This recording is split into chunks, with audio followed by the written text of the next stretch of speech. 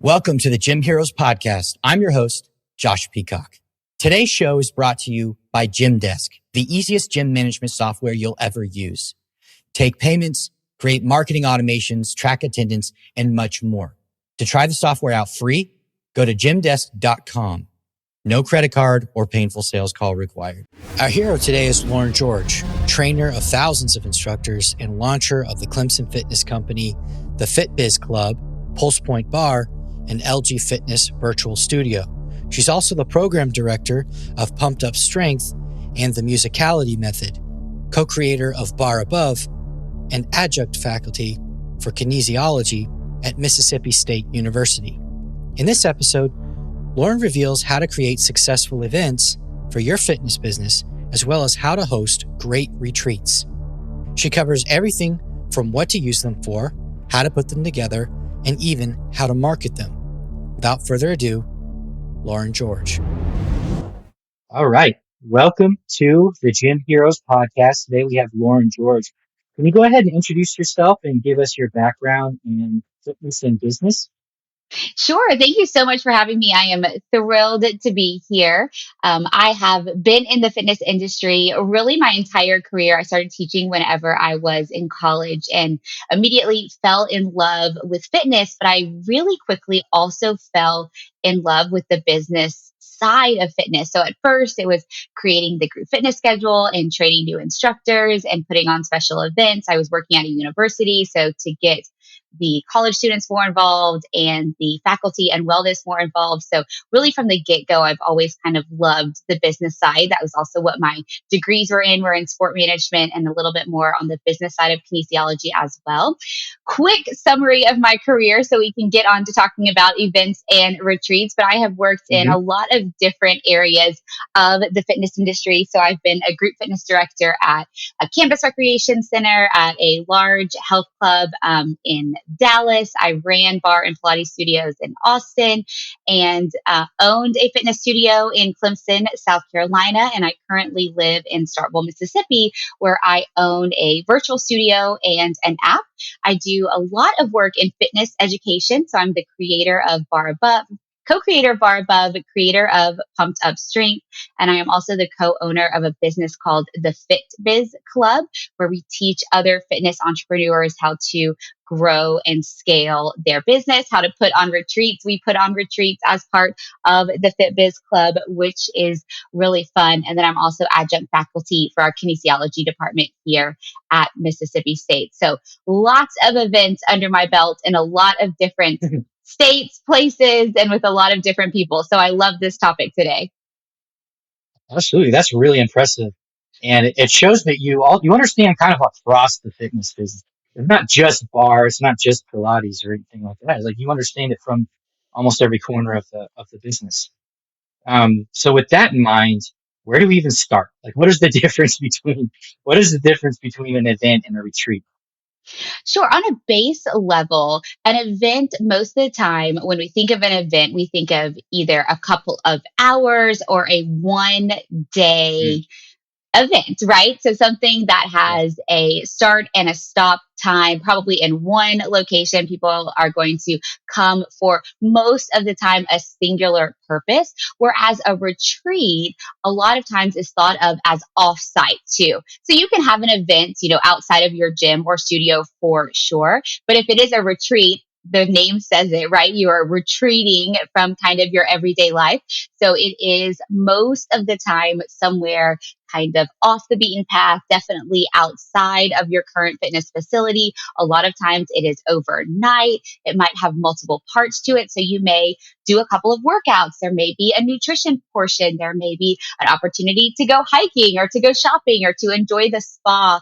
So it has more of a vacation vibe. It is so interesting Mm. how the fitness industry is ever changing because we are really seeing an intersection of education, whether that be for the end consumer, bringing in nutrition education and fitness education. So people may go to a fitness retreat to kind of kick off their new workout program. So while they're going to have fun and, maybe enjoy the spa and enjoy some outdoor activities or hiking as well, they may also be, learning about their new fitness program or learning about nutrition. And then on the instructor side, we're seeing lots of retreats where you go to, let's say, a yoga retreat and you get your RYT 200 or a Pilates retreat, or we've put on personally Fit Biz Club retreats where you go and you take business courses all morning and then you go do fun activities or go to the spa all afternoon. So retreats really are on the rise.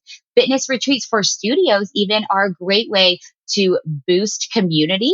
So I've helped a lot of studios put on retreats for their members. And it can be, I think a lot of people in their head think retreats have to be so big and in Bali or, Hawaii, somewhere really exotic, Yeah. but you could go somewhere in driving distance for a weekend, rent a VRBO or Airbnb or something like that, and, really get to spend quality time with your members. So there really are so many possibilities, but big difference is events, typically one location, one singular purpose, most of the time kind of on site. Retreats, you're typically overnight, lots of different things going on. Food is usually included, so you got to factor that in. And there can be a lot of different purposes for retreats as well. Excellent. So if you wanted to, actually, let's talk about the purposes of the retreats. What would you use an event for versus a retreat? Do they tend to have different uses to one another? Definitely. So I think the big thing with both of them, really, because it can apply to both, is you need to decide, are you hosting this event and retreat as a revenue source? Are you hoping to make money, increase your bottom line? Or is it more of a lead generator or a community builder? So you need to really decide that from the beginning so you can set your expectations accordingly and then also set your budget accordingly. It will also help you decide on what type of activities you include in both scenarios there, right? So if you're thinking about it from a more revenue standpoint for both events and retreats, you're probably going to rely more on your existing customer base or your existing follower base. It may be one off or recurring. So they're going to obviously be paying more or above and beyond their current membership for it. So some examples of that for an event type activity might be, bar and brews or vino and vinyasa or a kid specific boot camp class, right? Where people would be willing to pay, an extra 10, 15, $20 to attend that event specific class. And when you're thinking about that, obviously you want your profits to exceed the cost, but then also the extra time involved for you as an owner or fitness manager, or personal training manager to put on that event. So if it's revenue generating, thinking through those aspects. If it's more of a lead generator or a community builder, which have, are can really help your bottom line as well. It's always easier to keep customers than to get new ones, right? So those have their places as well. If you're thinking about it from a lead gen standpoint, which I think one-off events versus retreats are better for lead generation, you're going to have the more likelihood that new people pop in for a 1 hour themed Halloween, event than go to a whole retreat with you, right? So, but your goal is to hopefully get some new people in to this event versus charging people for it. You may not necessarily make money. That's why it's important to set those expectations from the beginning. So maybe that's built into your marketing budget. Or for a retreat, if you're putting on a retreat for your existing clients, you're trying to build community so they stay with you as clients. Maybe you build that again, either into your marketing or your retention budget. So just two different main ways to think about it there. Excellent. So how does the marketing differ between those two types? Does the messaging look different? Are there better channels? How do we approach those two?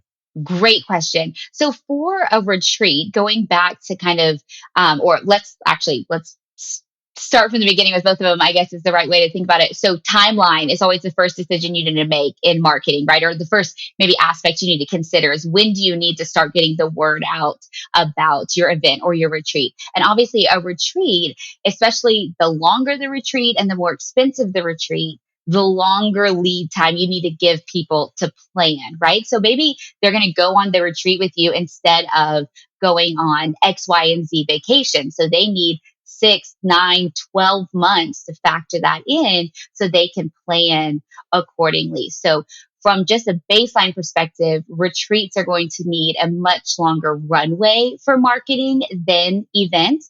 Also for retreats and outward facing events. So events that you're trying to get people to come that are not currently at your facility, you really need to look at marketing channels that don't speak only to people inside of your current facility, right? So everyone always thinks, oh, marketing, we have to go straight to social media, which is definitely, important, but most of your followers probably already know about you. And if your goal is to get new people to come to your event or to go on this retreat with you, or maybe you're an independent, fitness professional putting on a retreat. So you don't have a brick and mortar and you're trying to get, my business partner always says, strangers from the internet, right? To go and pay you to go on a retreat. Partnerships and collaborations can be a great marketing strategy for both events and retreats. So for an in-person event, you may look more at partnering with other businesses in your area. So could you invite them to be a part of your event? And so let's say you invite a local boutique clothing studio to be part of your event. They can have some signage at your event. Maybe you do a social media spotlight on them. They're in your follow-up email to everyone who attends the event. So you would want to have, some things that you promise them, so that way it's beneficial for them. But in return, they market your event on their social media. Maybe they promise you X number of emails or individual emails, or maybe you go into their email newsletter, maybe their signage inside of their store. So you are reaching new eyeballs outside of your current facility to get them to that event.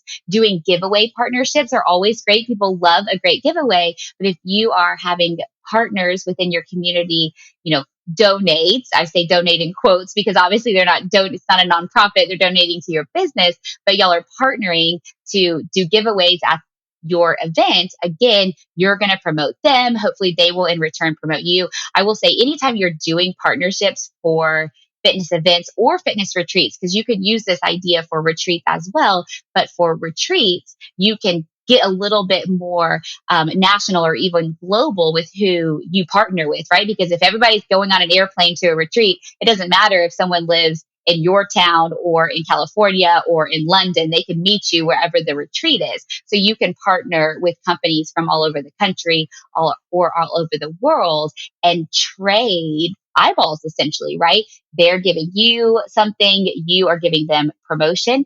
But when it comes to more in-person events, that can be a really great way to help spread the word within your community. Doing events too that are kind of a twofold as far as referrals, but then also a thank you to your current customers. So maybe it is a special event.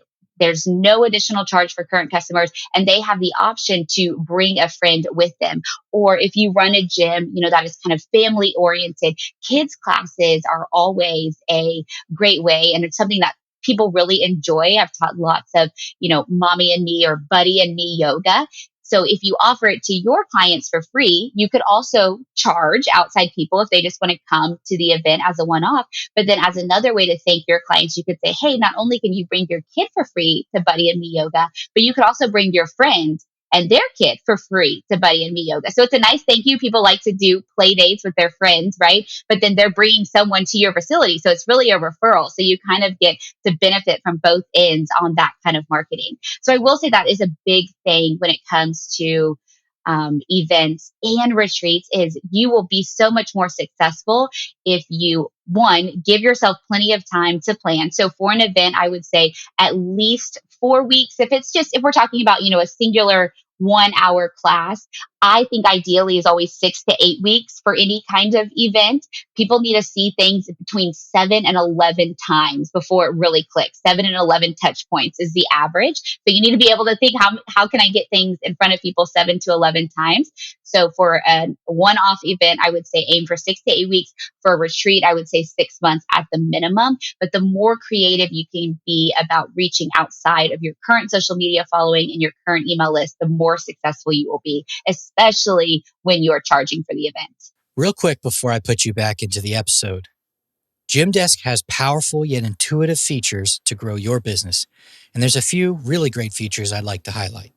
The first is a deep, best-in-class email and SMS marketing system with automation tools to make your life as a business person so much easier. It's like having a dedicated, full-featured email service provider native to your gym software. We're really proud of it, and it's something that we've recently overhauled. And in addition to all the stuff a good management software should do for you, like member management, attendance, booking, scheduling, and reporting, you can set up an easy, simple, attractive point of sale system to sell merchandise in person or through your website with just a few clicks. And if you like to provide members-only content, we have a content management system that lets you choose who can see what content and when, all visible from a member's web portal and the Gymdesk user app. So give your gym the lift it deserves. Go to gymdesk.com or click the link in the description. Awesome. So how often should you host events and how often should you host retreats? Great question. For brick and mortar studios, I honestly love events for brick and mortar studios. And I think again, people think they have to be huge. You can alternate. So if I was creating an ideal schedule for, let's say, a boutique fitness studio, a bar studio, yoga studio, Pilates studio, or even a gym where I use the word boutique to think about we have control over the scheduling versus having to go through approval of a franchise, right? I would say almost alternating between one a month or every other month, and then alternating between big and small events. So maybe 1 month it's just a themed class on a Saturday morning where you were already going to have a 9 a.m. Saturday class, but you make it a little extra special by giving it a fun theme. You can decorate the room. Maybe there are giveaways during the class. Maybe you offer refreshments after the class. So it's not something that is so overwhelming on the management side. It could be a great time for you to gift your current clients a bring a friend for free. Saturday mornings, typically people can make it work in their schedule. So that would be an example of a smaller event. But then maybe every other time. So let's just say for this example's sake, we're going to try to do an event every other month. So that's 6 a year. We're going to do one small event, and then the next event is going to be a larger event. So it's going to be 3 small events and 3 bigger events every year. And I would really think that, at least half, so at least 3 of those should be really focused on lead generation and community involvement. And maybe then the other half could be more revenue generating. So maybe you do, a obstacle course event, right? Where you put together, we did a July 4th obstacle course one time where we set up this huge obstacle course. You could bring your whole family, and you did the obstacle course in like our local community park. And then we had fun refreshments afterwards, and you could sign up like as a family. It wasn't crazy expensive, and our current members got a discount, but there was, some revenue generated. It was a great way to get new members in. So that would be an example of a little bit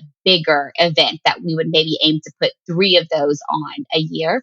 For a retreat, unless you are a well-oiled machine and you have a lot of help, I think 2 a year is a very lofty goal. If you're an independent fitness professional or you're a studio that wants to offer one for your members, I would definitely say, start with 1, see how long it takes you, what the budget looks like.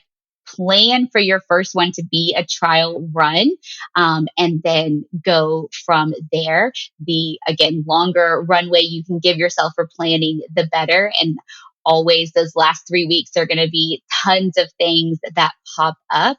But again, you need to give people lots of time to plan to come to a retreat. And if you're offering 2 different retreats at one planning period, so people are like, oh, I could go in January or I could go in June, and they kind of waver between which one to go to, that may actually hurt your marketing efforts if you are a smaller business. So I would say start with one a year. And if it goes just gangbusters, maybe go with two, with kind of two different themes, like a summer retreat and then a fall winterish type retreat.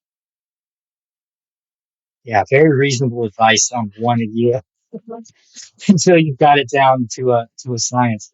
Um, you have to remember that planning for a retreat is pretty intensive, I imagine. You have to do that on Yes. top of your own business and your own marketing planning and things like that. So if you're a small business, you're probably doing a lot of that yourself as an owner operator. So Right. yeah, definitely excellent. So if you had some quick and dirty tips for selling out your events and your retreats, what are those? Sure. Well, let me do them separate so I don't get confusing. I feel like I've been overlapping a lot. So, if we're starting with retreats, I would say number one, give yourself plenty of marketing time. Number two, identify at least 3 to 4 really good partners. Think about people you would love to have put stuff in your swag bag, would be a great example of, a potential partner that you could advertise for them, they could advertise for you, and it would be a benefit for the people attending your retreat. And I think that's crucial because you don't want to look like you're oversaturating the retreat with marketing. It's a retreat, right? Not a conference. They don't want to go to an expo hall. So could your partners benefit your retreat goers? We always said with our retreats that we want to give the best swag bag ever. Like people should open the swag bag and there's not like a ton of coupons. There's a ton of products that they can't wait to try. But those products also appeal to our target market. So it's great advertising for those products, and those businesses really helped us to advertise and reach new people, especially because we were holding retreats in a totally different part of the country than where we live. So start with 3 or 4 really targeted partners that you can work with on hopefully, multiple touch point basis while you are planning the marketing. Always start with low hanging fruit. So make sure all of your current people, whether that's your social media followers or your instructors that you've certified or your current members, know about the retreat well in advance. Send that save the date out, but start with low hanging fruit first. Give them the chance to sign up. So make it, a VIP members only sign up until X date, and then start to shift your focus to marketing outside of your current group. And then when it comes to budget, which I think is really important for a retreat, really think through if you are going to be at an Airbnb or VRBO, you really have to consider how much it's going to cost you to bring food and transportation to your location. Whereas if you are at a hotel, really make sure you read through the contracts at what your F&B or your food and beverage minimum. So hotels will get you and they'll be like, oh, we won't charge you anything to use our ballroom to host your retreat, right? Or to do your yoga classes. But then there's a $2,500 F&B minimum. And then you look and you're like, oh my gosh, there's 25% taxes and fees and tips on top of that. So all of a sudden, what was $2,500 plus 25% fees just got a lot more. So there are definitely low cost ways to do the retreat, but make sure you really spend some time writing out every part of your budget. Food and beverage are obviously going to be the biggest part. And when you're picking your location, how easy is it for people to get to your location? Are people going to have a lot of connectors? Are they going to have to drive more than an hour from the airport? That will affect people's decisions. So those are the big ones for retreats. When it comes to events, I would say think about all the ways that you can make it feel extra special from maybe your typical offering. So if it is some kind of regular or not regular class, if it's some kind of group fitness class, I'm a group fitness instructor. So that's typically where my mind tends to go, right? What are all of the ways that it's going to be extra special to create that sense of FOMO? Is it going to be a special playlist? Is it going to be themed? Are you bringing in an instructor from, the next town over that people can't typically take from? Are there going to be giveaways? All of those kind of things. And make sure that you are communicating that clearly in your marketing materials. So that way people know like, oh, this is, something that is different than what I could just go take, on my normal Thursday 9 a.m. class. Again, like I said earlier, partner with your local community business or other businesses in your community. I think sometimes people are hesitant to go and, maybe ask for the masseuse to give a gift card to give away, or ask for a gift card from the boutique fitness or the boutique clothing store, or ask the coffee shop to donate coffee for beverages. But it is such amazing advertising for them. So go at it from the standpoint of, hey, we're doing this event. I would love for you to be a part of it. It will be great advertising for you because here's our target market. And that is the same target market that this business has. So you need to lead with that when you're approaching that business. And then on the same note, don't expect them to do marketing unless you provide them with all of the graphics. So if I partner with a business, I would definitely suggest, or if I'm helping a client partner with a business, you create the graphic, put their name on it, bonus points for writing the caption, give them the exact link you want them to send it to, send them email reminders, tag them in all of your posts, make it extremely easy for them to share your events. And then again, ask your client for referrals. They may not think to invite a friend, but if you say, hey, this is an excellent opportunity for you to invite your sister or invite your kid's teacher appreciation, whatever it is, remind them of that. Sometimes that's the nudge that people need. Yeah, absolutely. Referrals is one of those things that you think is medium-ish, Intuitive. but everybody says it works. Right. Everybody. So if Yes. everybody agrees that it works, everybody's seen it work, then you should do 100%. as many referrals as you possibly can. And you do have to ask for them. You Right. do have to ask for them for sure. Exactly. And then I would say one other thing I forgot to mention with especially local events and retreats as well, but local events to benefit your business, the magic is in the follow-up. Send the follow-up email thanking them for coming, showing them or telling them how they can get more involved in your facility. Thank you so much for coming to X, Y, and Z event. We would love to see you back at X, Y, and Z gym. As a thank you, here's a free pass to come and try out the facility, especially if the event was off-site, 20% off your first month or whatever it is. And then, if possible, having someone personally follow up with that individual if they are new to your facility can go such a long way. A lot of times people will go to an event and then not know what to do next. Like they don't know how to sign up, or they don't know where to find the class schedule, or how to find out more about personal training. And either they're not motivated or they're embarrassed that they don't know. So they don't want to ask questions. So take down that barrier for them and put yourself out there as the go-to person to answer all of their questions. And just having that contact can go a long way in helping them to get their foot in the door of your facility long term. Yeah, absolutely. That is great advice.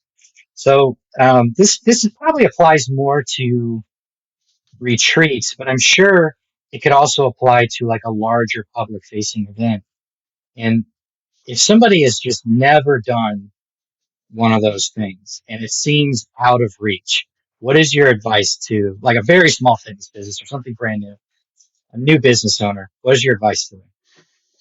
What I would say, not necessarily to start small, but to really consider what your goals are for that event. And when you are planning your budget and when you're selecting your activities, make sure you're doing so with your main goal in mind, right? So, if you're planning a retreat for your current gym members, we often think of retreats and we think of like yoga on the beach somewhere tropical. Well, that might not be possible for your first event, but if you're planning it for your members and your goal is to create community with your members, you want to make it somewhere that's accessible to your members. So where can they get to in a fairly easy drive? What kind of activities would they be the most interested in? So keep your main goal in mind when you're choosing everything.